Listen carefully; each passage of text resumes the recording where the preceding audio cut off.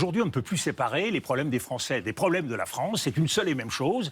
Notre pays est en danger d'effondrement et d'effacement. Ça fait quand même beaucoup de défis.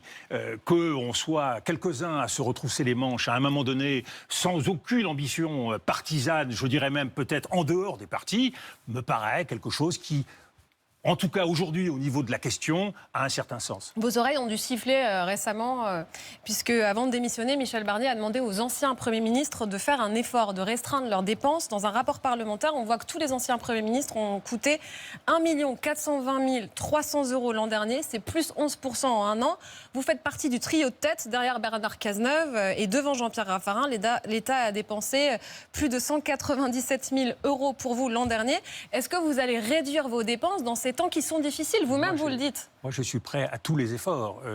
Vous dites et citez des chiffres. Il se trouve que je suis un ancien Premier ministre, donc parmi les anciens. Donc ma collaboratrice est plus âgée que les autres, donc elle coûte un peu plus cher puisqu'elle est un peu plus âgée. Il n'y a pas que ça dans ces frais qui sont engagés. Si, il n'y a que ça. Il y a le salaire d'une collaboratrice et le salaire d'un chauffeur. 197 000 € en un an, ça vous... Ce sont les salaires.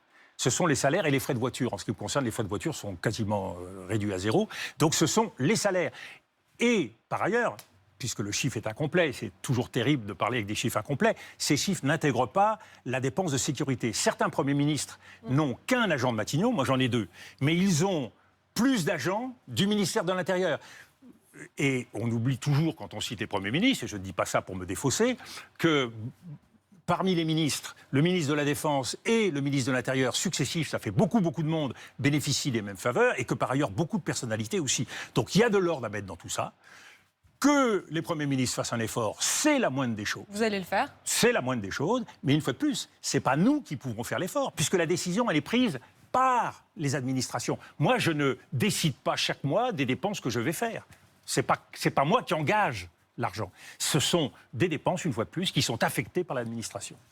Oui, dans un sondage paru cette semaine, Marine Le Pen gagne encore des points voilà, pour la présidentielle. Elle est maintenant quasiment au niveau de Mitterrand en 74. Est-ce que vous faites partie de ceux qui estiment que sa victoire ou de celle de Jordan Bardella est inévitable à la prochaine présidentielle? Le risque, il est là. Le risque, il est là et il est croissant. Ne pas vouloir voir l'importance de ce risque, mais il faut aussi se poser la question. Pourquoi ce risque? Et c'est bien ce qui nous renvoie à la question précédente.